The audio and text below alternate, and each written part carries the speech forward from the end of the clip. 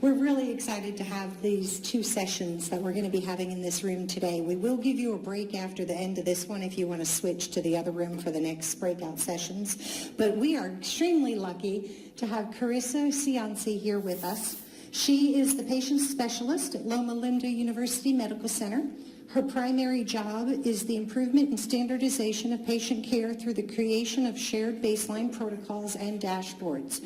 She's a registered nurse with a background in surgical trauma and ICU and has a master's degree in bioethics and works with the clinical ethics teams. Please welcome Carissa.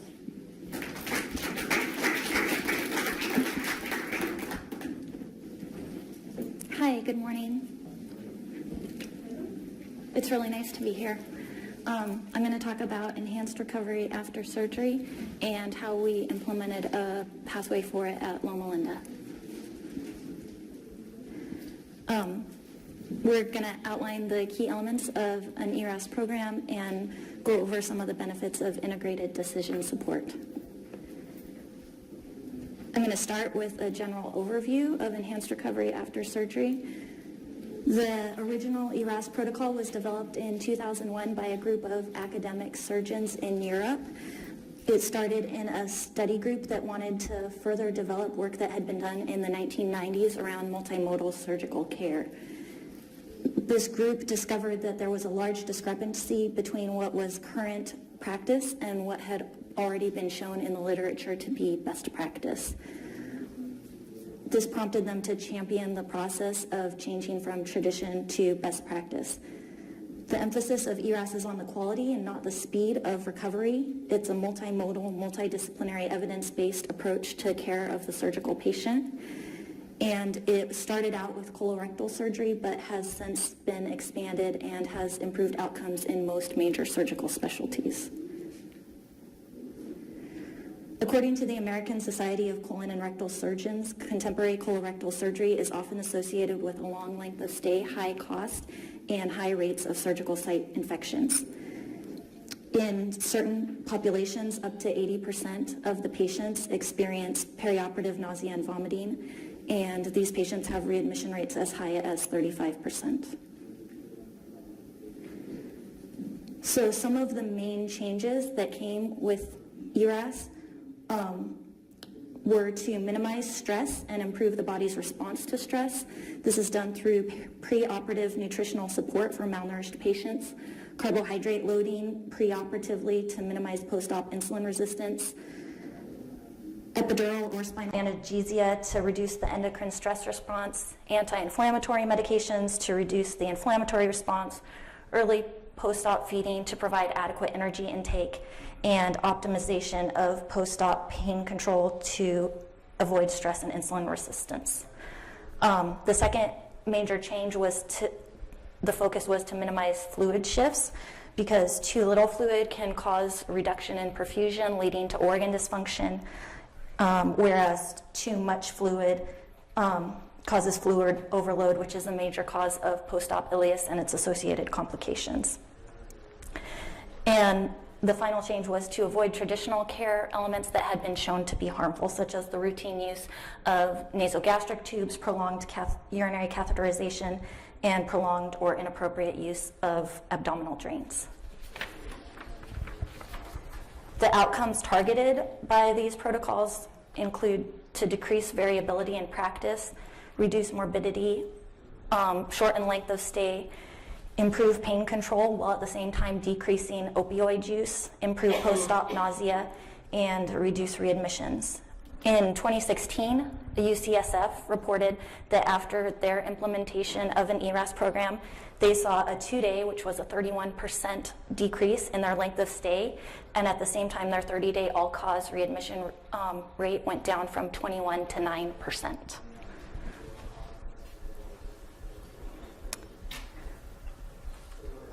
Because elective surgical patients go through so many phases of care, each with their own unit, one of the major challenges with ERAS implementation is to provide continuity of care throughout the process. Each unit has its own focus, personnel, and specialists, and treatment choices made in one area affect the areas to follow. For example, if a surgeon orders oral bowel preparation, the anesthesiologist may be facing a dehydrated patient intraoperatively. In addition to the challenges in providing continuity of care, the initial ERAS study group found that healthcare professionals tend to overestimate their care, their outcomes, and their compliance. They said that during the course of their study, they found that although the average length of stay for these patients is 7 to 8 days, they rarely met a surgeon who thought that their patients stayed in the hospital more than 3 or 4 days. And as with any process improvement, there's the challenge of sustaining the improvement. An interdisciplinary process is needed to manage reporting, audits, feedback, and training of new staff. Now I'm going to talk about what we did specifically at Loma Linda when we implemented our ERAS protocol. When we started, the surgeons were already using a process that they had outlined on paper. We started our process through the Patient Safety and Reliability Department to automate decision support at the end of January, and our pathway went live in Epic last week. So this is the process that we've developed for our shared baseline protocol development. The circled numbers at the top are days through the process. So as you can see, there's 103 days from start to go live, although if you remember the dates that I just told you in the last slide, we haven't really met that yet. The first step is research. After we have identified an opportunity and a team, we create a timeline and gather evidence-based best practice. A lot of the research for these types of pathways has already been done by professional societies, so we try not to get too bogged down in this step. In step 2, we take a small core team and outline what is current process, and then create a draft of what our ideal process would be. When we're done with that, we take it to a slightly larger group of subject matter experts to get additional feedback and obtain buy-in. In this step, you'll see at day 50 it says clinical stoplight. That's a consensus building tool that we were introduced to by our application services department, and we found it to be extremely useful. How it works is once we have our pathway outlined, we identify key decision points throughout the pathway, get all our subject matter experts in the room at once, and go through each key point. At that point, if they want clarification on what's being asked, they can ask for clarification, but we don't stop to discuss anything until we've gone through each decision point. The team members are asked to individually identify each point that we go over as red or a no-go. This is unsafe. This is going to break our process. Yellow, I have a concern, but maybe it could be fixed with a minor change. Or green, there's no problem with this as it's identified. Once we've gotten through all of the key decision points, we will go back as a group to address the reds. If there's time, we also address the yellows in the same meeting, although if there's not time, we found yellows can usually be handled via group emails. After we have the clinical stoplight, you'll see on day 57, we freeze the content and hand it off to IT. Unless another hard stop comes up, like a patient safety issue, we don't make any changes until after go live, and things can be addressed as optimizations. This is important because it's hard for our IT team to build the pathway if we keep changing the requirements on them. So the first 3 steps are primarily taken care of by the clinical team. Steps 4 through 6 are done by our IT department. They create the build in Epic and create education for the end users. In step 5, we have review and testing, which is where they take it back to the clinical team and show them, this is what we built. Does this meet your requirements? Is this what you expected? Do you have any concerns about this? Once the build has been validated, education is provided to the clinicians and we go live. In step 7, there's intensive follow-up immediately after go live. So depending on the project and how it works, this can be daily check-ins with the team for the first couple of weeks, followed by weekly check-ins for a few months. With ERAS, although because of the way it's built, which you'll see shortly, because it starts in the clinic, you don't have patients going through it for a while. So although we started last week, our check-ins are going to start next week. And then our final step is continuous refinement and innovation. So for each protocol, we have monthly stakeholder meetings consisting of the subject matter experts that built, that created the pathway, and it's an interdisciplinary team that will meet monthly to review performance data, address concerns, and brainstorm ways to improve the process. In parallel with this process, we have our analytics team create a dashboard that will provide the data that they need in step 8 to evaluate their performance and make improvements. We've gone through this process a couple of times now, and one of the biggest rate limiting steps has been difficulty getting people to the table. So we have many very willing but very busy clinicians working on creating these pathways. So we've found that we've had to create redundancy in scheduling meetings, and we've found a professional project manager to be invaluable. One of the things that we continually remind groups when working on these projects is not to let the pursuit of perfection get in the way of the useful. There's always something that could be discussed more, something that could be made better, and that's what we want to and plan to do throughout step 8. But our primary goal is not to create a perfect pathway, but one that will improve patient care.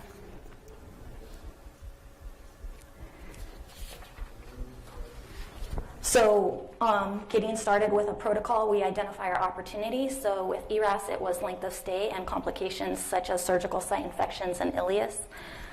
We identify our project champions. So we had clinicians from surgery, anesthesia, and nursing. Some of the things to consider when starting one of these pathways is that automated decision support may require looking at the process from a different perspective.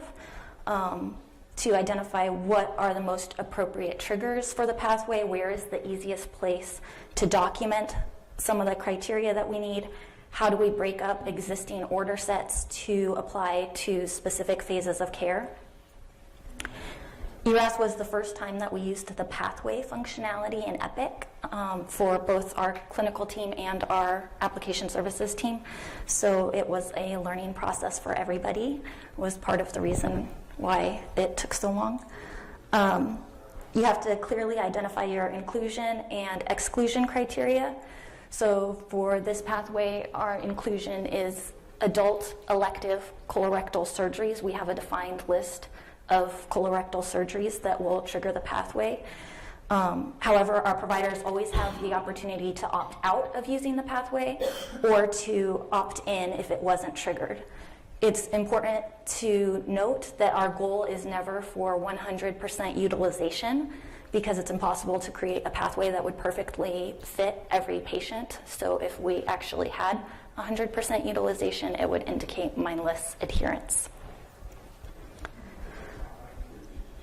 Finally, what and how are we going to measure it? What measures affect patient outcomes? What measures can we act upon? How and where can we capture these measures from existing documentation?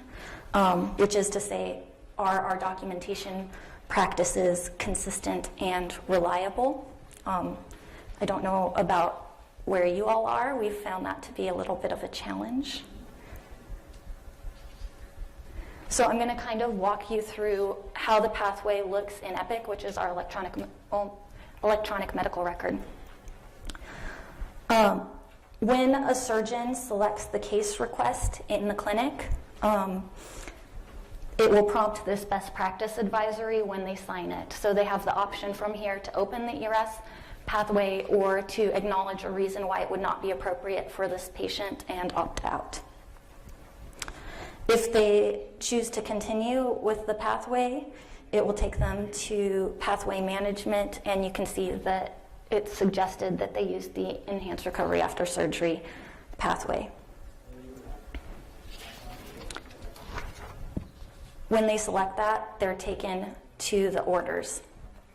So not only with this, but with most of the protocols that we've created, we've found that it takes a little bit of work with providers to shift their mindset around order sets from let's put everything we might ever want to order in one place so that we don't have to go anywhere else to get anything to, which that can increase utilization at best and make the order sets unwieldy and difficult to navigate at best, to what are the things that we always want ordered for the majority of this patient population.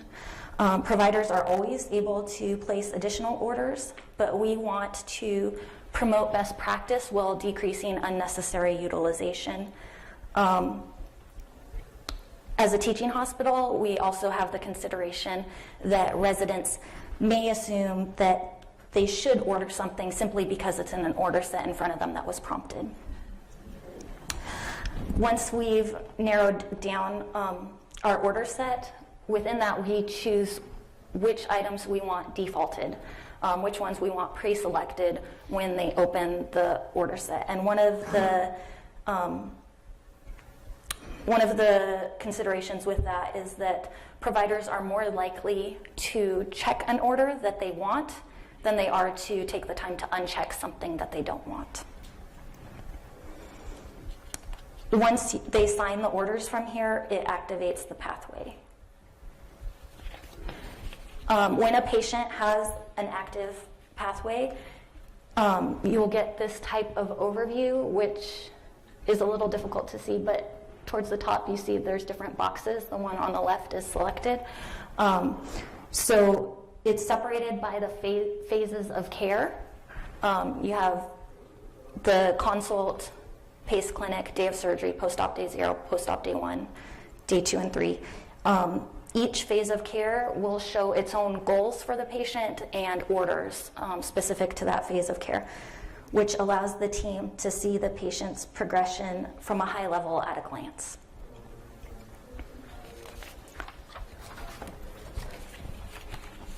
So with each of the protocols that we've developed, we want to provide the clinicians with a dashboard so that they can actually see how they're doing. Because as we discussed previously, if nobody tells them, they assume that they're doing awesome. Not to say that they're not, but it's good to have data to back you up. So the dashboard opens up to a page that looks like this, which is all of our outcome measures. So on the top left, you have length of stay. The blue line indicates our average length of stay for this patient population, and the red line indicates the CMS geometric mean length of stay for the patient population. So as you can see, we have some room for improvement. To the right of that, you have discharge dispositions. So where do these patients go when they leave us? And you can see that most of them go home. We have our 30-day readmission rate, our mortalities, and our percentage of patients that had any complication during their encounter. So although it's not shown here, there's filters that go with this. So if you want to look at all of this data, but only for patients that were discharged from a specific unit, or only patients that were operated on by a specific surgeon, or if you want to change the date range, you can do all of that. You also have the ability from here to drill down to the underlying data. So if you want to see which patients make up any one point, you can click on it and go to the data underneath that. After the process measures, we have our, after the outcome measures, we have our process measures. So we have the days of IV narcotic use. You have an average and a median there. Our ketorolac administration, which is part of the push to decrease opioid analgesic. So you can see the percentage of patients that received it. The number of patients that received any Narcan administration. For IV Tylenol administration, also as part of the push to decrease opioid analgesia, however, it's very expensive. So we have two lines here. The orange line is the percentage of patients that received it intraoperatively and or within the first 24 hours post-op, which we would like that line to be as high as possible. The blue line is the patients who received it further out from surgery than that, and we would like that line to be lower. Ertapenem, the antibiotic administration, this was our personal experience with what the initial study group had found when we sat down with the providers and asked them, went through all of the key points in the pathway and asked them what things we need to measure. They told us, we don't need to measure ertapenem administration, every patient gets it. We said, okay, let's just double check and measure it anyway. And we found, almost every patient gets it, but there's some room for improvement. And then we have the average IV fluid administered per patient in liters. The blue line is intraoperatively, the orange line is intraoperatively plus 24 hours post-op.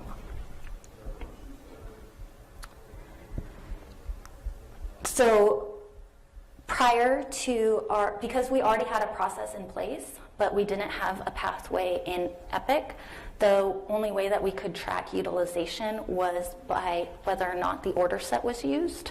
So that's what we have in the top line. And now that we're going live, we're going to switch that over to active pathway. And then the bottom line is our case mix index over time. From the outcome measures on the initial page of the dashboard, you can drill down to see what's making up those numbers. So this is all readmissions. You can see the overall readmission rate over the past year was about 16%. This colored stacked bar chart shows you when those patients get readmitted. So the black portion is patients readmitted within 0 to 7 days after discharge. Orange is 6 to 14, green is 15 to 30. So you can see most of our patients get readmitted within the first 0 to 7 days, which represents a significant opportunity. The graph to the right of that is that same tracking those categories over time. So you can see the graph breaks in February and March. And if you look to the left, that's because we had no readmissions from patients discharged in those months. Readmissions by discharge disposition. So as we saw that most of our patients go home after surgery, most of the patients that end up getting readmitted were initially discharged home. The next two are interesting and will be interesting to see as the pathway, with the pathway now live, how these change over time. So the first one in the bottom middle is, the blue line is readmissions when the order set or pathway was used, and the orange line is readmissions when it wasn't. And the one on the bottom right is, the blue line is readmissions for patients that didn't have any complications, such as ileus, surgical site infection, etc. And the red line is readmissions with complications.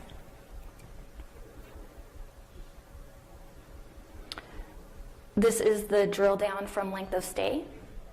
So the top left, we have the blue line is average length of stay without complications versus average length of stay for patients who had complications. The one on the right is average length of stay when the order set or pathway was used versus when it wasn't, so good news. This bar chart across the bottom left I'm not sure how well you can see it. This was one of the big sticking points for us with our clinicians when we were creating this dashboard. So what you're seeing there is length of stay by surgeon. Those are names of all of our surgeons across the bottom.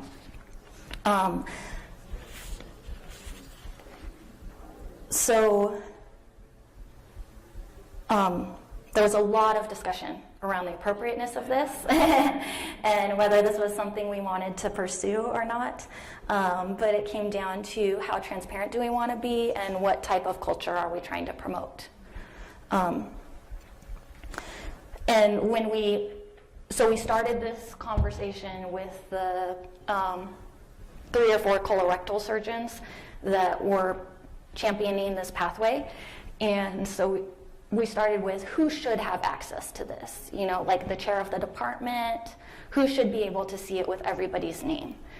So they started making a list. And by the time they were done with their list, there was only 1 or 2 people not on the list, and they said, just throw them in too. And once we had that from our colorectal surgeons, once we had commitment to that level of transparency, then the other groups said, oh, well, if they're doing that, we guess we can too. And then because we have several different campuses, you can see in length of stay by which facility they were discharged from. When you hover on these in the live dashboard, it'll show you the denominator and the underlying detail.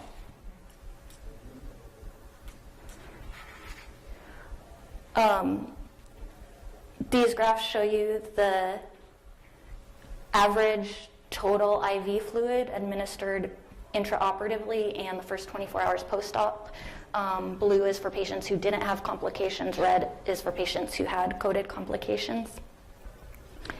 And then we have average days of narcotic use, blue without complications, red with complications.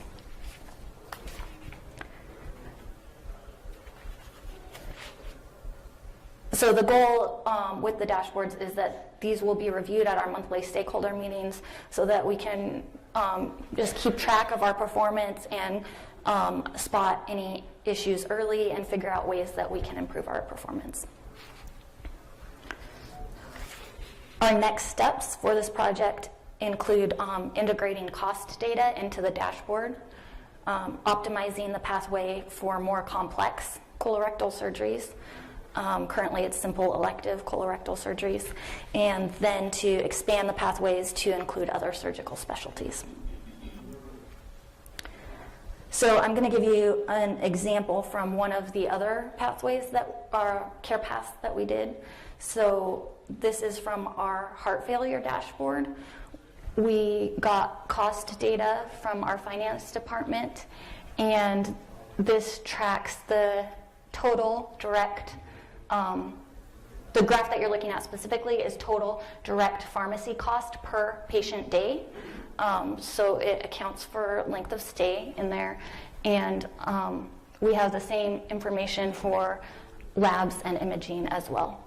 The blue line is with order set utilization and red is without. This one may be a little harder to see because the colors are lighter. This graph was created to show the variation in cost. So it's the same data as you saw on the previous slide, but it looks smaller because it's backed out. So each dot represents one patient encounter. So the wider the spread, the more variation we have in cost per patient.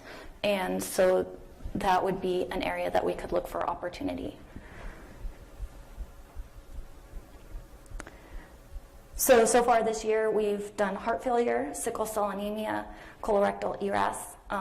Acute coronary syndrome is live in Epic, but we're still working on the dashboard. And then we're currently working on pediatric asthma, and our next ones will be preeclampsia, growth velocity, and sepsis. Our goal was 10 to 12 per year based on the timeline, which, as I told you, we haven't met yet, but it's good to have goals, right? So behind all of this, our primary goal is always to improve patient care. It's the heart of everything that we do.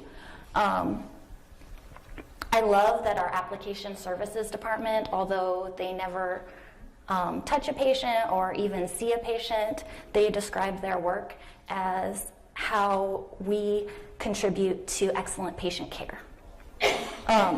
So when we're trying to improve patient care, it's important that we look at it from the perspective of what does improvement in patient care mean to our patients?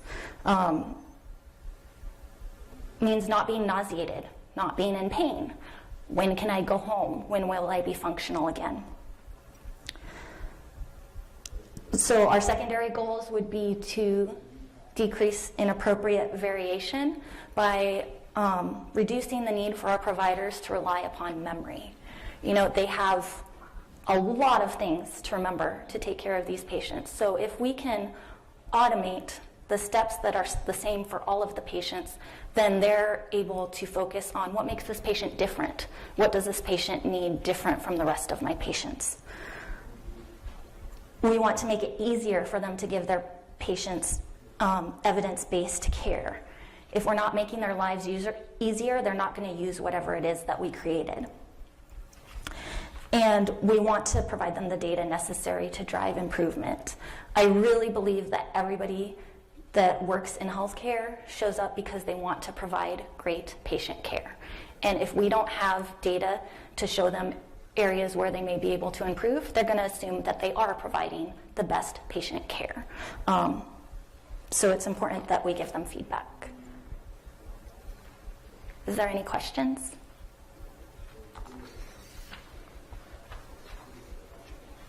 You might have said already, where did you build the dashboards? They were built with the assistance of Fusion, and they're in Tableau. Okay, so is the information below from Epic over to that, or is that only really place? It's captured from Epic. Does Epic play well with other EMRs besides Epic? Graphics generators? Jamie could probably answer that better.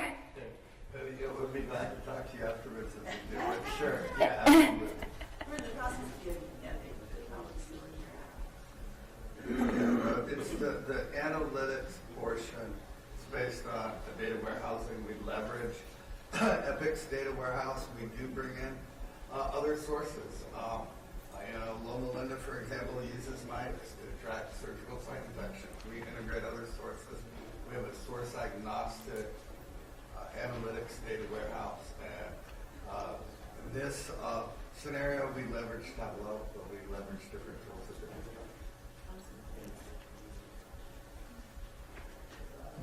Any other questions? Thank you.